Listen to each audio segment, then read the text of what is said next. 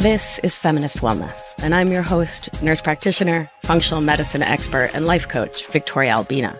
I'll show you how to get unstuck, drop the anxiety, perfectionism, and codependency so you can live from your beautiful heart. Welcome, my love. Let's get started. Hello, my love. I hope this finds you doing so well. Happy New Year. Feliz Año Nuevo. Oh, I hope you had a lovely, lovely New Year's. A nice, chill one, hopefully. A safe and healthy one. That's what matters most. 'Tis the season, my beauties, where so many of our thoughts turn to making wildly perfectionistic, fantasy-based resolutions for the new year. Studies show that only a very small % of resolution setters will actually keep our own resolutions, and yet we do this whole dance with ourselves year after year after year. We tell these ridiculous stories that on December 31st, I had XYZ kind of behavior that I don't like. For example, I was overthinking. I was overfunctioning in my family. I was taking on other people's emotional wants as needs I have to fix. I was spinning in the past. I had all my old people-pleasing habits that had me putting myself last all year, all lifetime. And here comes the magical thinking. And now, January 1st, this is the magical day in which it shall all be so wildly different. If you're nodding your head, because you've been here, then you know what this whole resolution spiral is all about. It's all about setting ourselves up for an awful lot of ouch by believing that changing the date on the calendar means we will magically be different people with different behaviors who take different actions just like that. Poof. And what I've been musing on is how we can, unwittingly, of course, use this process of setting resolutions as a buffer against our own regret for the change we didn't make in the last year or the last 20. So way back in episode 14, we first spoke about buffers, which are anything that we put between us and feeling a feeling. The unintentional, unconscious, distracting things like overeating, overthinking, overdrinking, overexercising, doom scrolling, the things that keep us from bumping into a feeling, which is why it's a buffer. And that is the process also known as actually experiencing it and processing that feeling through our body. And when we push our emotions away, we can't process them. They live on in our bodies as tension patterns, as habitual energies in our bodies because science. Energies that keep us swirling in the same old painful experiences of life. Plus spending 6 hours on the couch with Netflix on, mindlessly scrolling our phones at the same time, wildly not present to life. And note, buffering is different from conscious distraction, which is a gift we give our nervous systems and is detailed in episode 108. So back to buffering. Try as we might to push away the regret, the resentment, the frustration, the sadness, grief, anger, insecurity, those feelings, those challenging emotions. And it's worth noting for so many of us coming from codependent thinking, happiness, joy, peace, calm, quiet, those are all challenging emotions too. And try as we might to push them away, they will find their way to the surface. I mean, sure, they may come out sideways, but to the surface they shall go. They've got wild amounts of buoyancy and know how to find up. And so, we can, without realizing it, use resolutions, the promise of a shiny tomorrow, the story that now it's January, everything will be different, as a buffer. A way to continue to not look at the feelings, I'll say most often regret at our lack of changing, that keep us in our old action cycles. And before I get all thought-worky about it, let's slow down for a second and remember the central tenets of thought work, also known as the think, feel, act cycle. And if you're new to the show, I detailed this in episodes 35 through 37, 59, 72, and 110. So the thought work protocol is based in cognitive behavioral theory. This theory is the understanding that for humans, about 20% of our lived experience is top down, from our brain sending information into our body. and posits that our thoughts create or spark our feelings. And our focus here on Feminist Wellness is looking at our chronic habitual thoughts from our socialization, our conditioning, our family blueprint. Those thoughts that left unchecked run like cassette tapes in our mind and keep us stuck in our codependent, perfectionist, and people-pleasing spirals. So we have thoughts, and they become and shape our identity, our experience of life as they create our feelings. And we understand from this theory that we take action as humans based on our feelings and create a result, an effect in your own life based on the actions that you chose to take. So, for example, if you have a thought, my partner is upset. Oh, I can't stand it when they're upset. I have to help them. It's on me to do this for them. Then you may feel anxious. So, the action you may take is to put your own needs aside, and you jump on in to fix their life for them, whether they want it or not. And the effect of those actions in your own life is that you strengthen that neural groove, that old cassette tape in your head that says someone else's needs are more important than your own. So this is the think, feel, act cycle, thought work in a nutshell. There's a circumstance that happens in life, a situation. You have a thought, creates a feeling. You take action and create a result. And those results, that's life, baby. That's the life you're living, is made up of all of those results, all squished together as a life. In Anchored, in my work as a coach, we take it a step deeper by bringing in somatics or body-based practices, along with a focus on our nervous system and the 80% or so of our life, which is bottom up. Meaning that it starts with the sensations in our bodies, which then sends a signal into our mind. We then, as humans, interpret those signals. My hands feel clammy, my belly's kind of woozy. Oh, I must be anxious.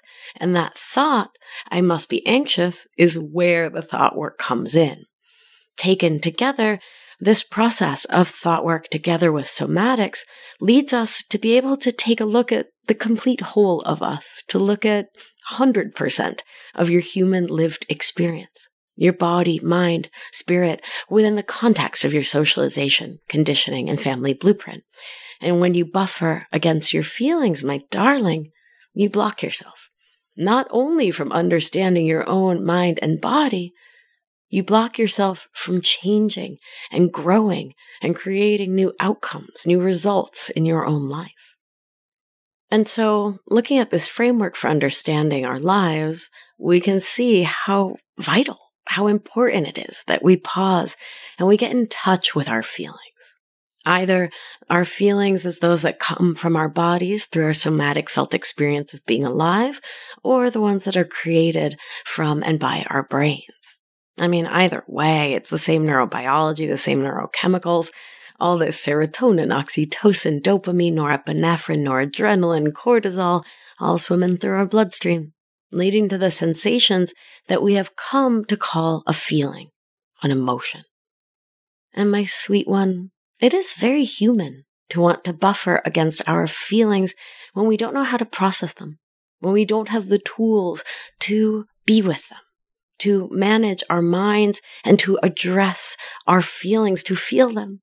When we are habituated to living from the neck up and don't remember how to feel our feelings while also feeling safe in the world and with ourselves.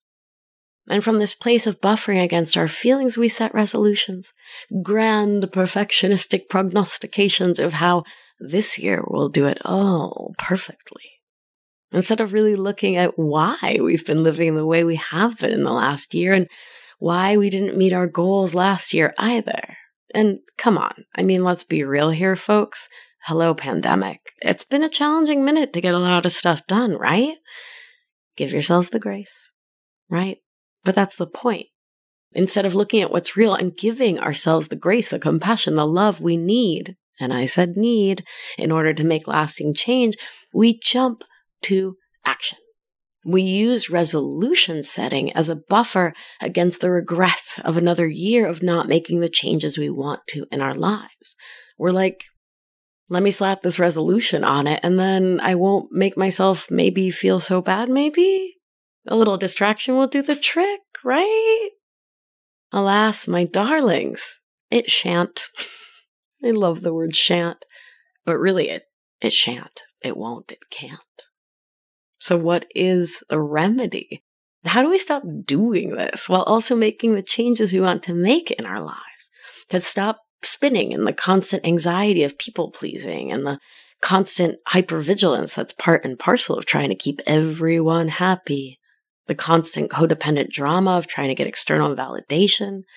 How do we start moving our bodies the way we want to, eating in nourishing ways, setting boundaries without the guilt? Well, my darling, the remedies are presence, self-compassion, and commitment. I start with presence and compassion because they are the antidotes to buffering.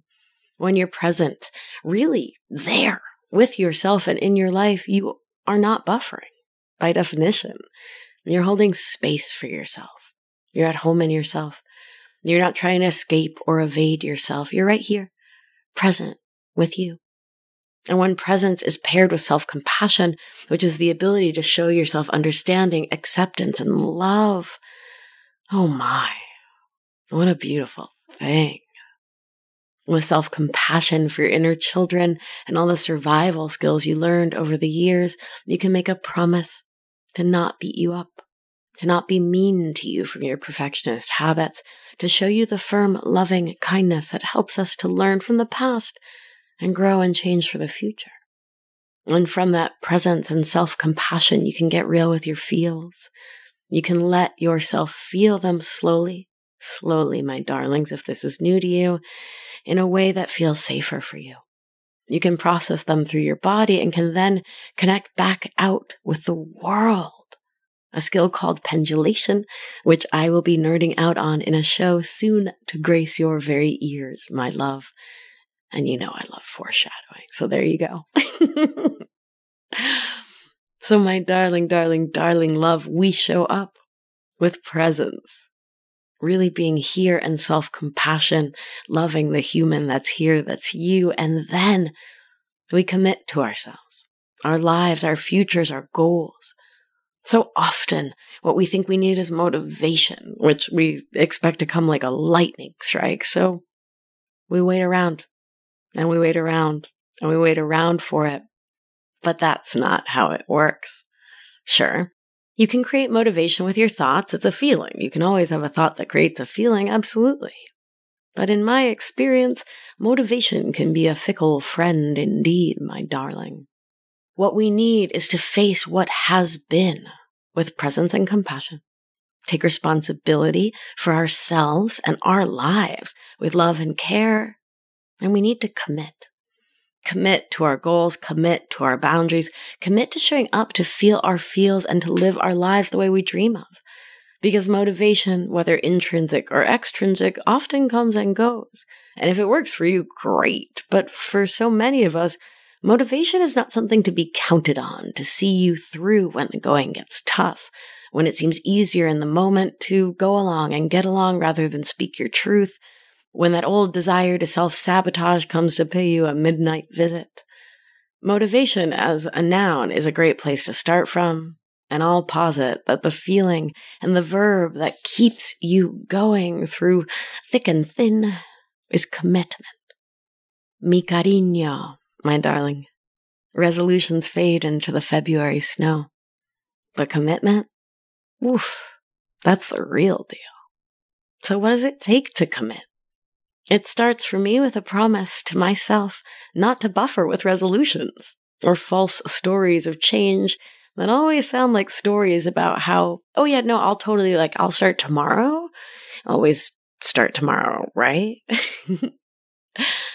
It starts with really, truly pausing to look at my thoughts and the feelings they create so I can sit with and process those feelings, so I can hold them with love and look at the stories that created them and the actions I have taken in the past and want to take in the future with presence and self-compassion. And it starts with recognizing that we tell the story that we need to make this change for the reasons we talked about in the last 3 episodes, because of how we believe that change will make us feel. And we often tell the story that we need to make this change when it's not actually the change we're looking for. What we actually want and need deep down is nourishment, care, and safety. So what does it take to commit? For me, it comes down to really, truly believing the thought, I matter enough to me to nourish, to take care of me, to make me my priority, and to give to my community from my overflow. And when I talk about nourishment, I mean speaking my needs without guilt, exercising, doing daily thought work and somatic practices. Nourishment can mean asking someone I love to co-regulate our nervous systems, which means to connect heart to heart to calm our minds and bodies. Nourishment can mean committing to only speaking to me in a kind and gentle way. And nourishment can mean going for realsies gluten-free, because seriously, y'all, that stuff just makes me so tired. In my own life, I have recently made a very, very, very big deal commitment. And that commitment, and those of you who follow me on the gram and watch my stories may be a little shocked by this, but here we go.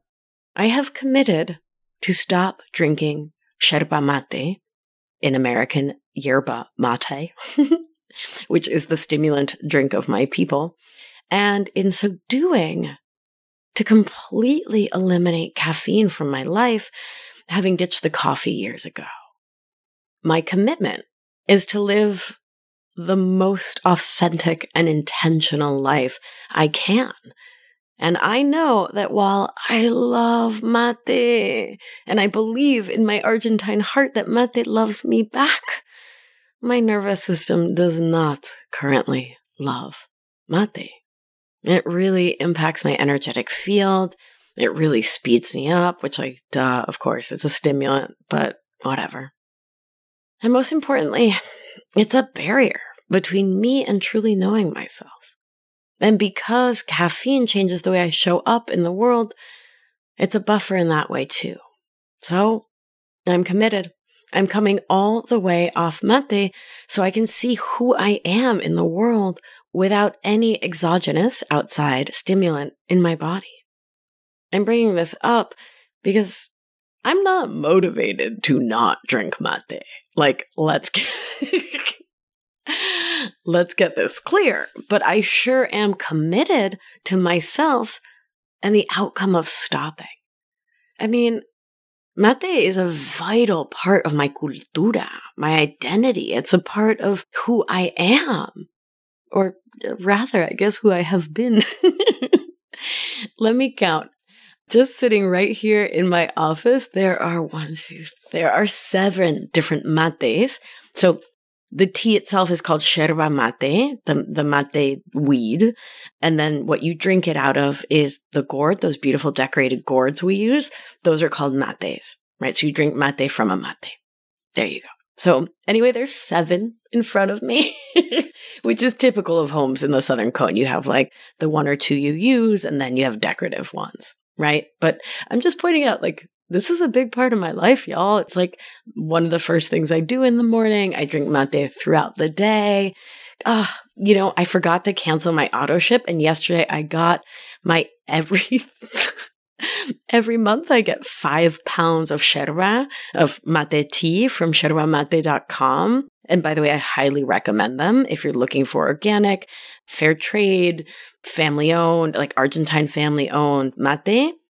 Yerba, and yerba is YERBA, mate, MATE.com. Not sponsored at all. I mean, please, I'm not even drinking the stuff anymore. I love them, so I want to give them a shout out. Anyway, get back focused, Vic. My beauties. It's so funny, right? I felt so calm in sharing this whole episode to you, and I started talking about mate, this beautiful teacher plant that I just have not been in right relationship with, and all of a sudden I feel jittery, right? I can't even say it. I feel wired. That's very interesting. I didn't feel distracted or unfocused throughout everything else I was sharing until I got to this point. Just take a note, y'all. And I'm also just out here to say, do I want to not drink mate? No. I want to drink mate like a llama wants to eat the sweet, tender springtime grasses of Patagonia, but I'm not going to do it because I am committed to present me and future me. I'm excited to get to know the me that's not all jacked up.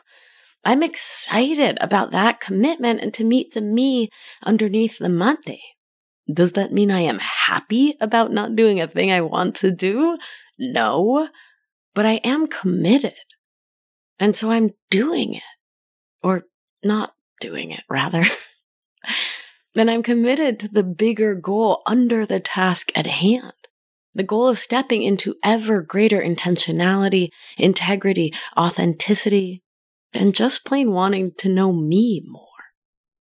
So here's the difference for me. Resolutions are not usually based in deep work. Commitments are. Commitment, to me, is a wholehearted dedication to see something through that creates courage and determination, that empowers us to figure it out, to make it happen with curiosity and even, possibly, excitement. And this is something we've been talking about a lot in Anchored, my 6-month program, how amazing it felt to commit to Anchored as a commitment to self, to growth, to living in a new way and getting the support you need each and every day on that path. So exciting to see people saying yes to themselves by committing to 6 months of coaching and community. And what's important to me is that commitment doesn't mean rigidity. Right? Just because you're committed to something or someone doesn't mean you can't be in a flow state with it. Can't decide to meet the same goal in a different way or to shift it up. So for example, I am committed to exercising, to moving my body each and every day. And I don't make assumptions for my body. Every day I ask me if I want to hop on the Peloton, if I want to do a workout tape or yoga, if I want to go for a run or a walk or just stretch.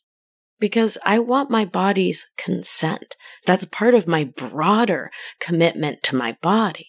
And so my own daily buy-in matters because consent matters. And I am dedicated to, committed to that broader goal and not the day-to-day how. I'm not attached to that story that the how of it matters, which is something we talked about on episode 149 of the Wants and Needs series. So if there's part of you that's like, I'm scared to commit because then I'll have to do it the exact same way every single day, it's not necessarily true. There could be space. You get to decide. You get to commit. It's your commitment, after all, what it looks like for you on the daily, if that's what works. And right, so a lot of people do have some sort of issue with that word commitment because we can feel stuck in our commitments when we forget that we are the ones that chose to commit. Isn't that so funny? It's like, well, I don't want to make the commitment because I don't want to get stuck in the commitment. But it's like, you made the commitment. You can take it back, right? Like my tender muffin top, you have agency. You decided to commit and you can uncommit. You are in fact the boss of you. So there's nothing to fear about commitment because it is, after all, you ruling your own roost here, my darling. So you get to ask yourself some loving questions as you commit to the change you want to make in your life. We'll start by checking your thoughts, asking yourself, why? Why do I want to commit to this goal? What will future you think of your past commitment? What is your relationship to yourself and your goals? Do you believe that you can carry your own plans out? What stories about your past commitments are you bringing in that may be blocking commitment now, such as, I always bail or fail, I never follow through, or whatever it may be for you? If you find yourself saying those things about you, I'll invite you to use my favorite trick, which we talked about in episode 101, the power of yet, and you add a little yet to it. Such as, I have never followed through on a commitment yet. Yet opens up so much possibility. It really does wonders for my brain. Try it on. And I'll also invite you to check out episode 81, Minimum Baseline Thinking, all about how you can use teensy tiny little goals as a way to build trust in your capacity to show up for you and your commitments. Next, I'll invite you to check your intentions. So, why? Why do you want to set the resolution? What's it doing for you? And why do you want to commit to this change? When I did this exercise, I found that the results were really quite different. My reasons, my rationale, my intentions, different. So sit with it, play with it, see what comes up for you. Next, you can ask yourself, what do you believe you will feel if you do commit to this commitment? Next, and this is a juicy one, what do you believe you will feel if you carry this commitment through? If you commit to this commitment? Remind yourself, you can create that feeling for yourself now without doing the thing, and you can choose to do the thing, to commit to the commitment, from that place of wanting to, not from that place of believing that getting the thing, doing the thing will create your feelings for you. Because getting a thing and doing a thing can never create a feeling. Your brain and your body do that, my sweet pea, and that is a beautiful, beautiful gift of agency and empowerment. My sweet one, commitment to self feels friggin' amazing. When you choose you day after day, when you show you that you matter to you, baby, that's when the magic happens, the real magic, and not the New Year's Eve false magic of fake-o resolutions.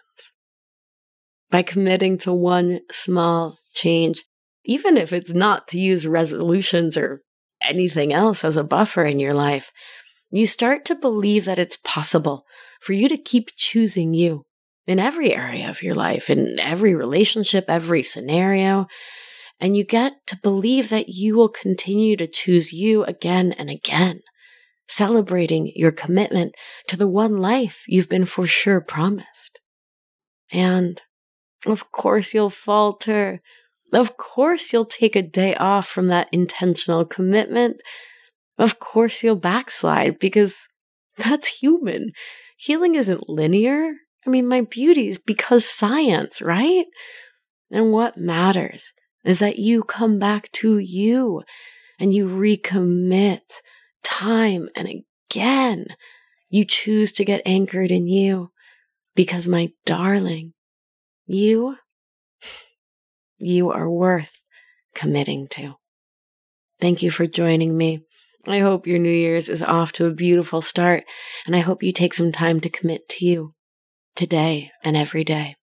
And if you're ready to commit to getting compassionate, professional coaching to help you meet your goals and change your life, to meet your own commitments, you're going to want to join us for Anchored, my 6-month program, to support you in releasing those old codependent, perfectionist, and people-pleasing habits so you can replace them with self-love and self-commitment for the long haul. Let's do what we do, my darlings, placing a tender hand on your heart if that feels good for you. Attuning to your breath. Remember, you are safe. You are held. You are loved. And when one of us heals, we help heal the world. Be well, my darling. Happy New Year. I'll talk to you soon.